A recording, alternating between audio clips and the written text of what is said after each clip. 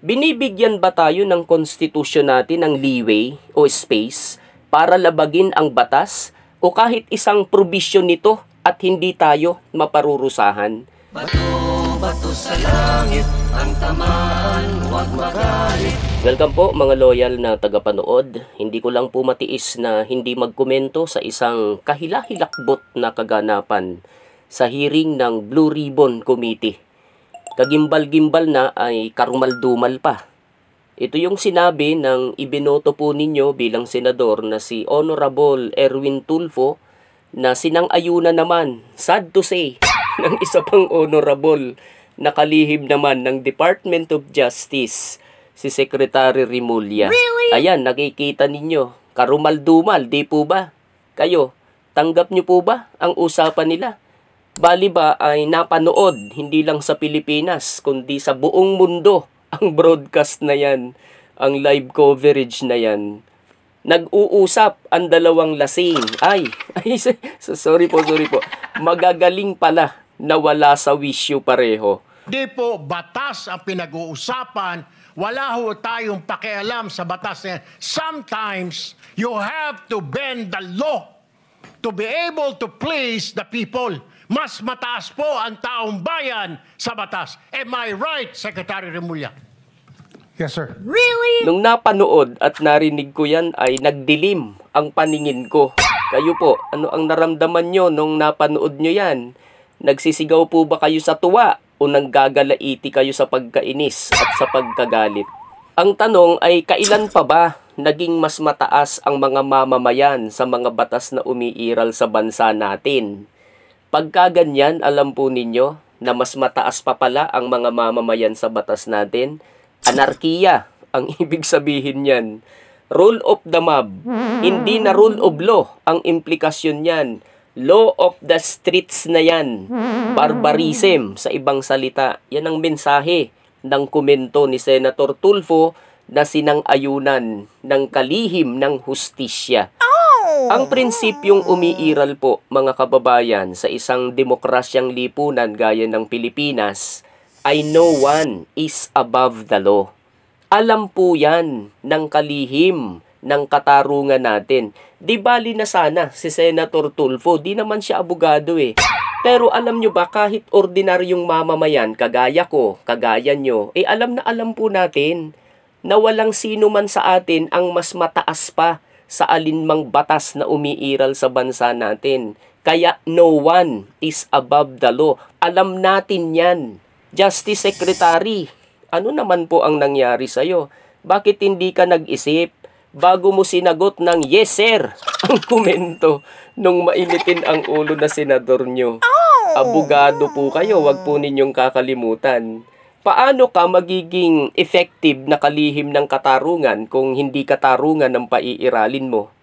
Paano mo ba dapat pairalin ang katarungan sa lipunan? Di ba't sa pamamagitan ng pagpapairal at pagsunod sa mga batas ng bansa? Tanong ko lang sa inyo, ano po ang ginagawa nyo pa dyan sa kagawaran? Baka gusto po ninyong mag-resign. Blunder yung ginawa nyo.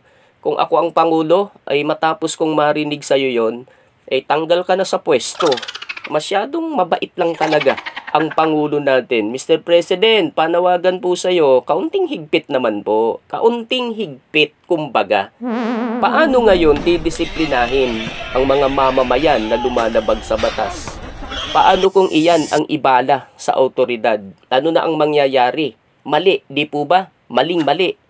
Nakatatakot na mensahe. Back to the caves tayo. Panahon ng sinauna, nung mga nomadic pa ang mga tao. Alam nyo naman pagka sinabing nomadic, di po ba? Walang mga batas, kundi instinct lamang na mabuhay. Kaya survival of the fittest, sabi nga. Wala kasing batas na babakod sa kanilang behavior. Kaya nilikha ang mga batas. Regulator ang mga batas natin.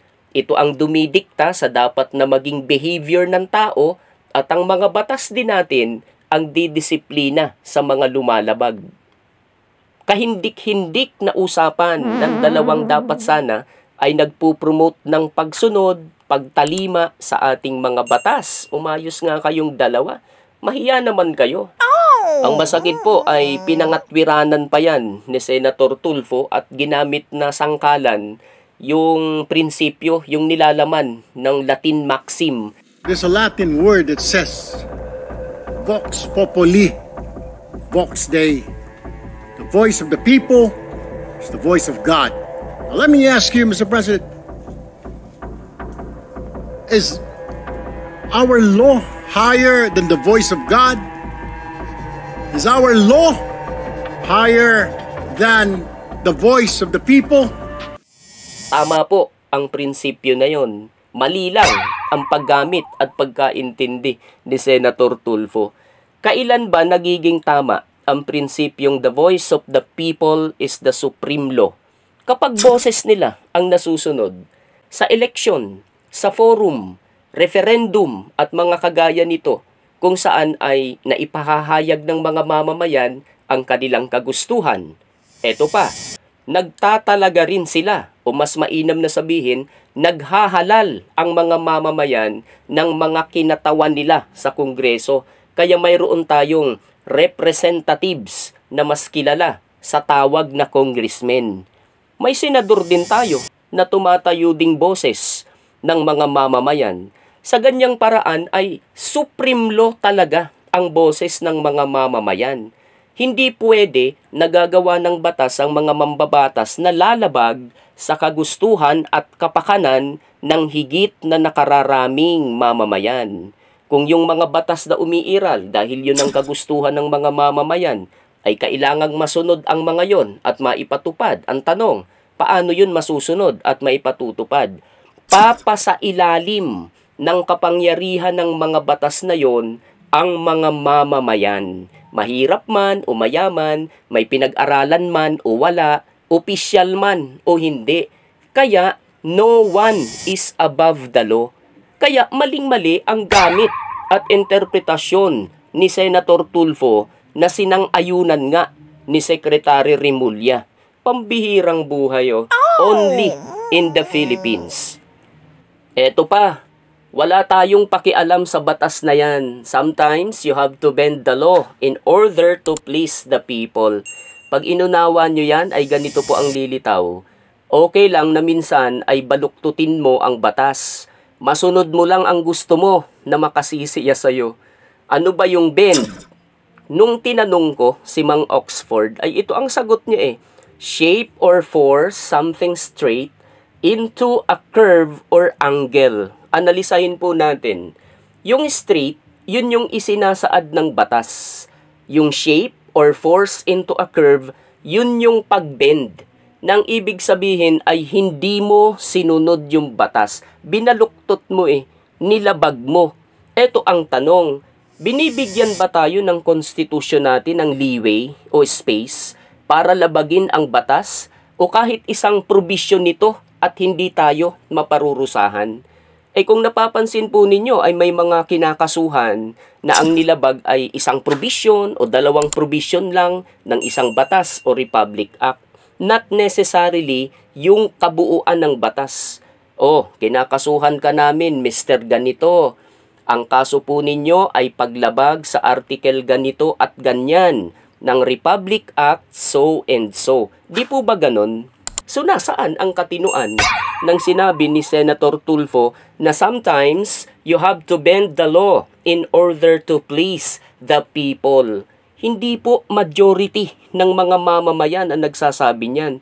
Sino? Yung iilang magugulo gaya ng nakikita nyo. Sila ang gumagawa niyan. Paano mo ngayon kakasuhan niyang mga yan kung tama itong sinasabi ni Ginoong Tulfo at itong usapan ng dalawang wala sa wisyo? I did not say we have to break the law. Naku po, pinangatwiranan pa ulit. Parang yung mga witness din sa Senado, maling-mali na alam naman nila na mali ang pinaggagawa nila, abay nangangatwiran pa. Ganito lang naman yan mga kababayan. Kapag ba sinabing bend the law, wala ka ba sa akto ng pag-break nito?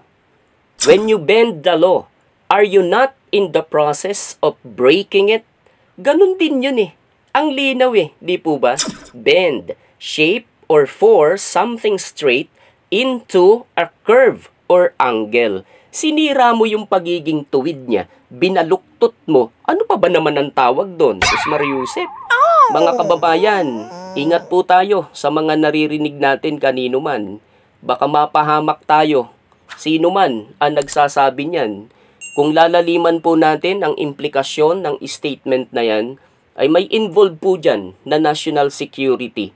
Paano halimbawa pag sinabi ng mga rebelde o grupo ng kung sino dyan na sila ang boses ng mamamayan at para masiyahan sila ay kailangan nilang gumamit ng dahas at maghasik ng terorismo? Sige nga po. Yung mga taong gobyerno naman, ang dami ng problema ng bayan natin. Huwag nyo nang dagdagan. Huwag na kayong maghasik ng duda.